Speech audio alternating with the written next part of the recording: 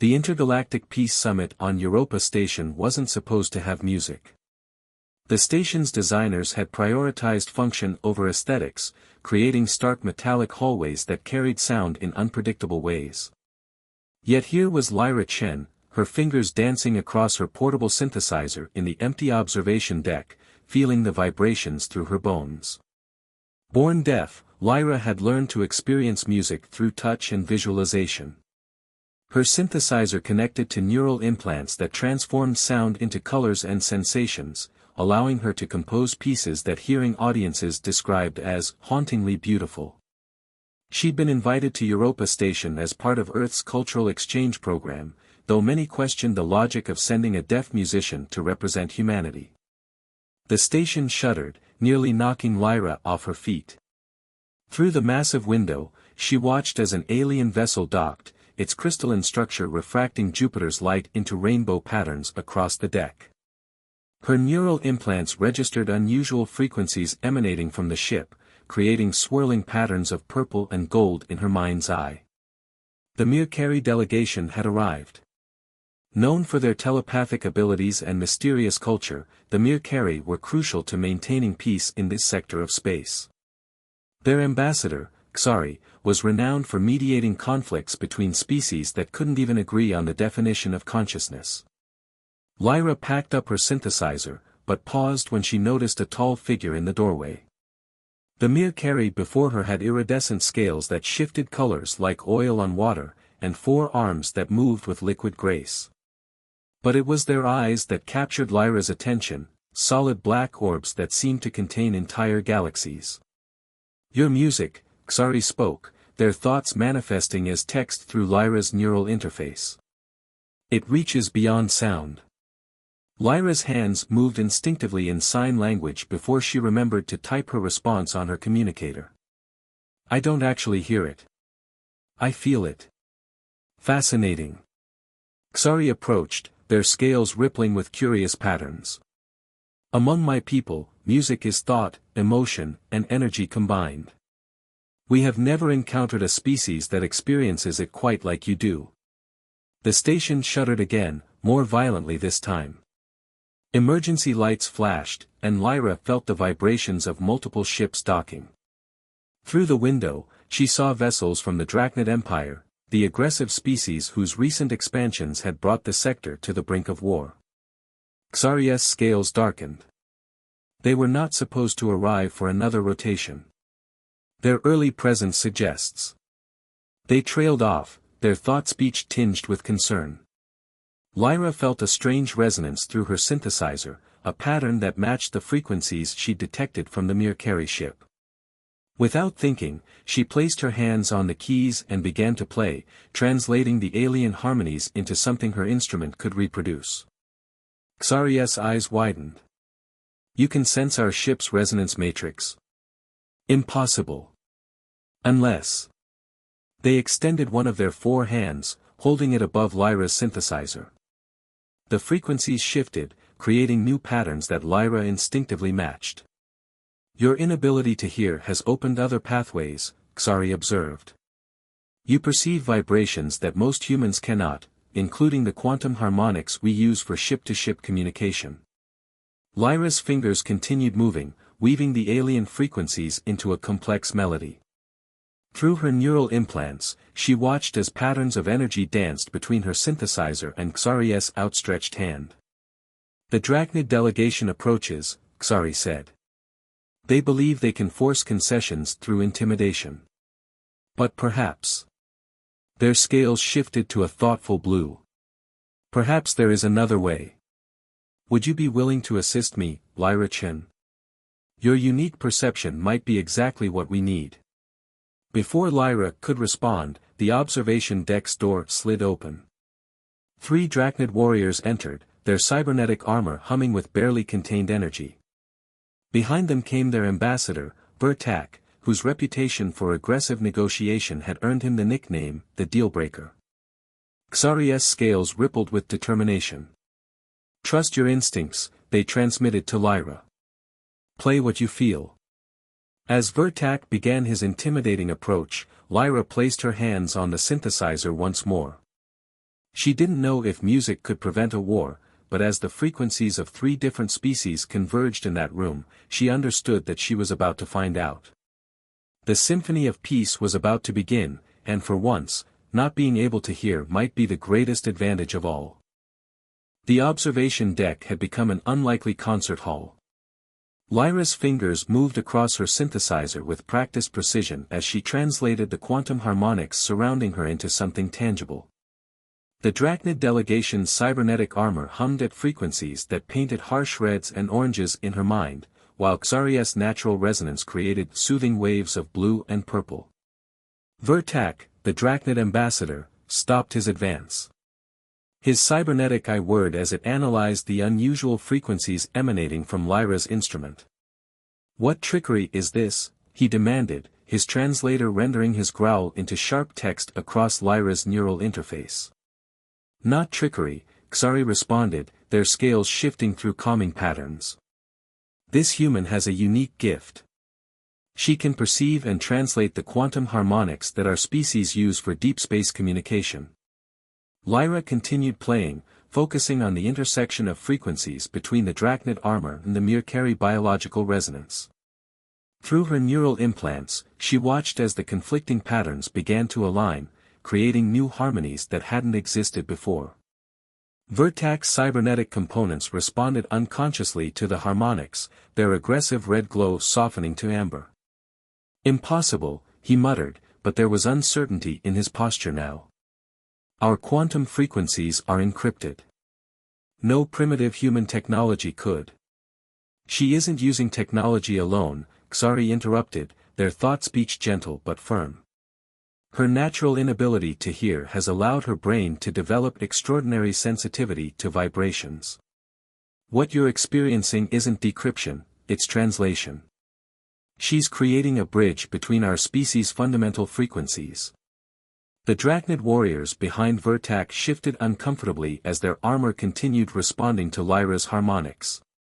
The aggressive energy field they'd brought into the room was dissipating, replaced by something more balanced.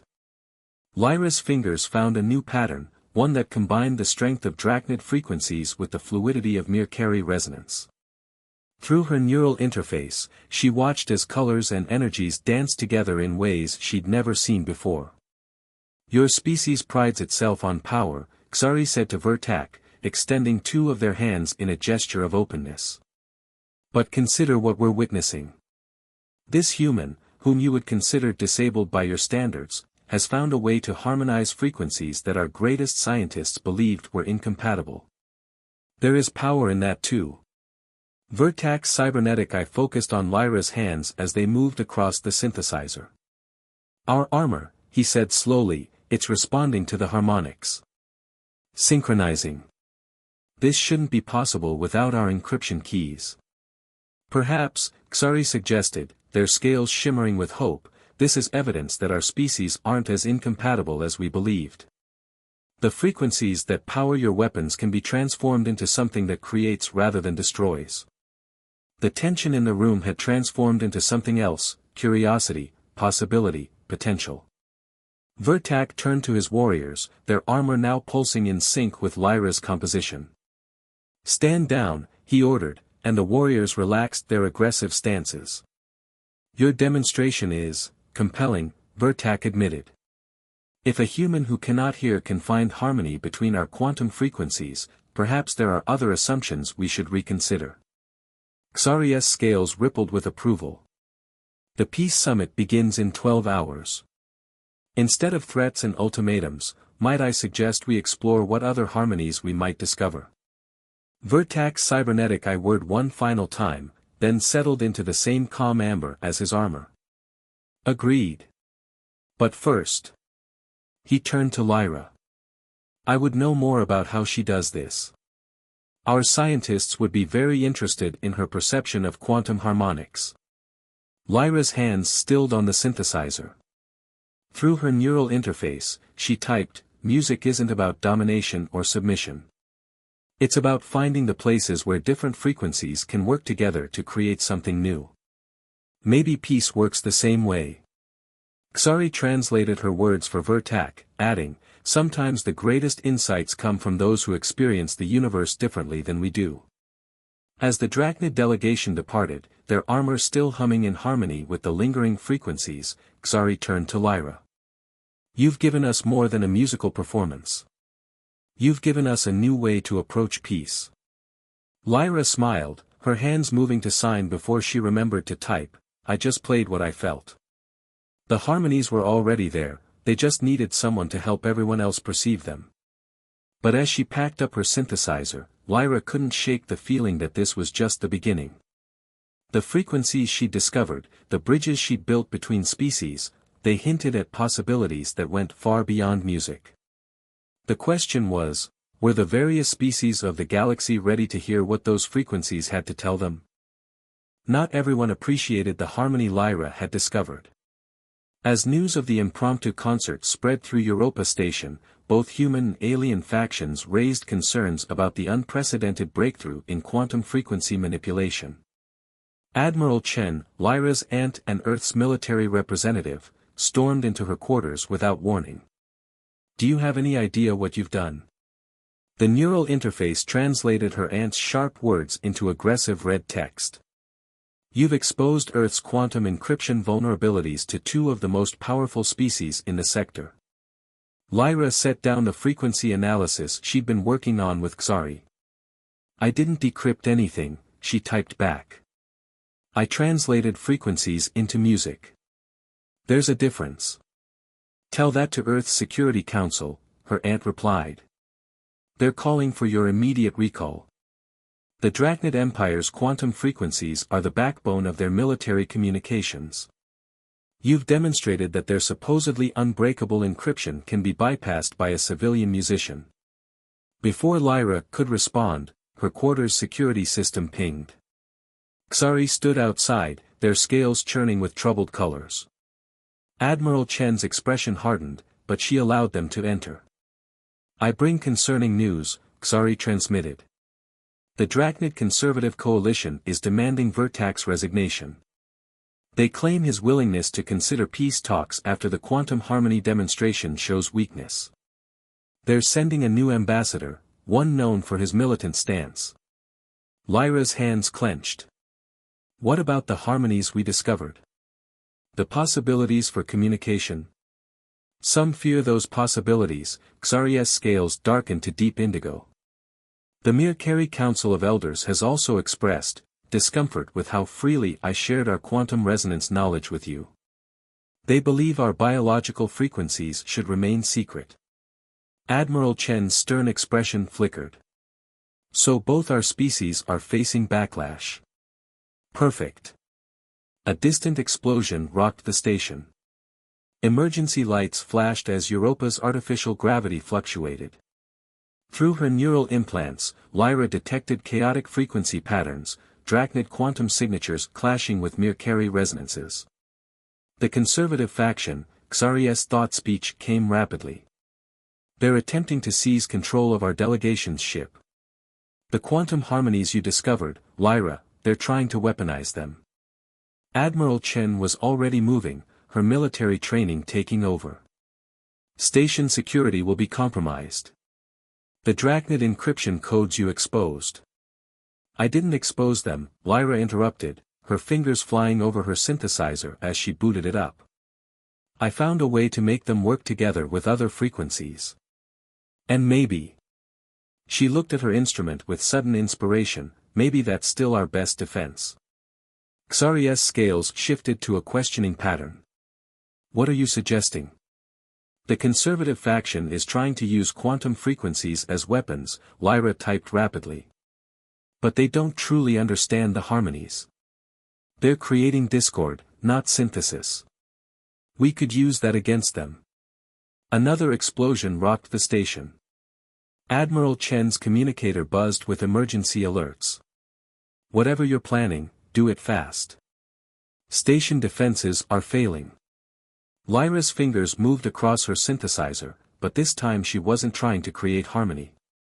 Instead, she focused on the mathematical patterns underlying the quantum frequencies, seeking the points where militant Drachnid signatures were attempting to override Mirkeri resonances. "Xari, she typed between keystrokes, "Can you amplify these patterns through your ship's communication array?" "An admiral, I need access to the station's emergency broadcast system." Her aunt hesitated for only a moment before entering her command codes into the station's computer. Xari's scales rippled with understanding as they linked their consciousness to their ship's systems. Through her neural interface, Lyra watched as her counter-harmonies spread through the station's networks. Where the conservative faction tried to force quantum frequencies into weapons, her patterns created calculated interference. It wasn't music now, it was mathematics, physics, the fundamental language of vibration itself. The station shuddered one final time, but this tremor was different. Through the window, Lyra could see the conservative faction's ships spinning in space, their quantum systems disrupted by frequencies they hadn't believed possible. "You turned their attack against them," Admiral Chen said slowly. "Used their own quantum signatures to override their systems." "Not override," Lyra corrected. "I showed them what happens when you try to force frequencies to work against their nature instead of in harmony." She turned to Xari. "But this won't solve the underlying problem. As long as both our peoples see these harmonies as weapons instead of bridges." Xari's scales shifted to a complex pattern Lyra had never seen before. "Perhaps," they transmitted, "it's time to show everyone exactly what these harmonies can do when used as they were meant to be used." Admiral Chen looked between them, her military discipline warring with new understanding. "What exactly are you suggesting?" "Something unprecedented," Xari replied. "Something that will either bridge the gap between our species forever, or tear us all apart." The Grand Council chamber of Europa Station had never hosted anything like this before. Representatives from 27 species sat in tiered rows, their attention fixed on the center stage where Lyra's synthesizer interfaced with both Drachnid quantum arrays and Mercari resonance crystals. "What you're proposing is dangerous," Vertak warned from his position among the moderate Drachnid faction. Though stripped of his ambassador title, he'd chosen to stay and support the peace initiative. The quantum harmonics at this scale could change everything, Xari finished, their scales shimmering with controlled excitement. "Or destroy the station's communication systems entirely. The choice will be made by how we work together." Admiral Chen stood at her security station, monitoring the growing frequency disturbances around the station. "We're detecting ships entering the system. The conservative factions aren't going to let this happen without a fight." Lyra's fingers hovered over her synthesizer. The plan was audacious, using Europa Station's main communication array to broadcast a harmony of quantum frequencies across the entire sector. Not as a weapon, but as proof that different species technologies could work together in ways previously thought impossible. The first shots hit the station's shields. Through her neural interface, Lyra watched as hostile frequencies tried to penetrate Europa's defenses.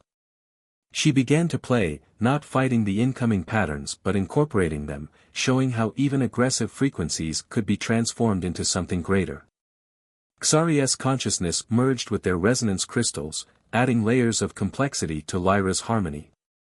Vertak, understanding at last, ordered his loyalists to sync their quantum arrays to the growing symphony. "Multiple ships dropping out of FTL," Admiral Chen announced. "Signatures match, everyone. The Centaurian Collective, the Rigel Confederation, even the Outer Rim freelancers. Word of what we're attempting has spread." Through her neural implants, Lyra watched as colors and patterns swirled around the station. Every species had their own quantum frequency, their own way of encoding information into the fabric of spacetime. She felt Xari's consciousness brush against hers through the resonance crystals, guiding her toward frequencies she never could have found alone. The conservative faction's ships launched another attack, but this time something extraordinary happened. Their quantum-based weapons encountered the harmonic field surrounding Europa Station and, transformed. The frequencies refused to be weaponized, instead joining the greater symphony. "It's working," Xari transmitted, their scales blazing with brilliant colors. "The harmonics are self-sustaining. Every attempt to disrupt them only adds to their complexity." Vertax cybernetic I word as he processed data from his quantum arrays. The pattern, it's not just combining our frequencies. It's evolving. Creating new forms of quantum communication that none of our species could achieve alone. Lyra's hands danced across her synthesizer, no longer leading the harmony but simply being part of it. Through her unique perception of vibration and frequency, she could feel the moment approaching, the moment when the symphony would become something greater than the sum of its parts. Admiral Chen's voice cut through her concentration. Incoming transmission, from Earth's Security Council. They're ordering us to shut it down. They're saying this level of quantum harmony between species violates half a dozen security protocols. They're afraid, Xari observed, their thought-speech tinged with sadness. As are my elders. As are the Drachnid conservatives. They fear what we might become if we truly learn to work together. Lyra's fingers stilled for a moment. Through her neural interface, she typed a message that displayed on every screen in the chamber: fear is just another frequency. It can be transformed too. She began to play again, this time weaving the fear itself into the harmony. The sharp, defensive patterns of Earth's military frequencies merged with the aggressive Drachnid signatures and the complex Mirkari resonances. But instead of fighting each other, they created something new, a quantum language that spoke of possibility instead of threat. Look! Vertax's voice carried an emotion few had ever heard from a Drachnid. The conservative ships, they're powering down their weapons. The harmony, they can't fight it without fighting themselves. Xari's scales rippled with joy as they transmitted, because they finally understand. The frequencies we use to divide ourselves can become the frequencies that unite us. All it took was someone who could show us how to listen differently. Through the grand windows of the council chamber, ships from dozens of species hung in space around Europa Station. Their quantum communications, once a cacophony of encrypted secrets and military signals, had become part of something greater, a harmony that proved cooperation was possible on the most fundamental level of reality. But as Lyra's fingers continued to dance across her synthesizer, she knew this wasn't the end. It was barely the beginning. The real challenge would be teaching others to maintain these harmonies without her, to build on what she'd shown was possible. The symphony of peace had found its voice. Now it was time for the galaxy to learn how to sing along.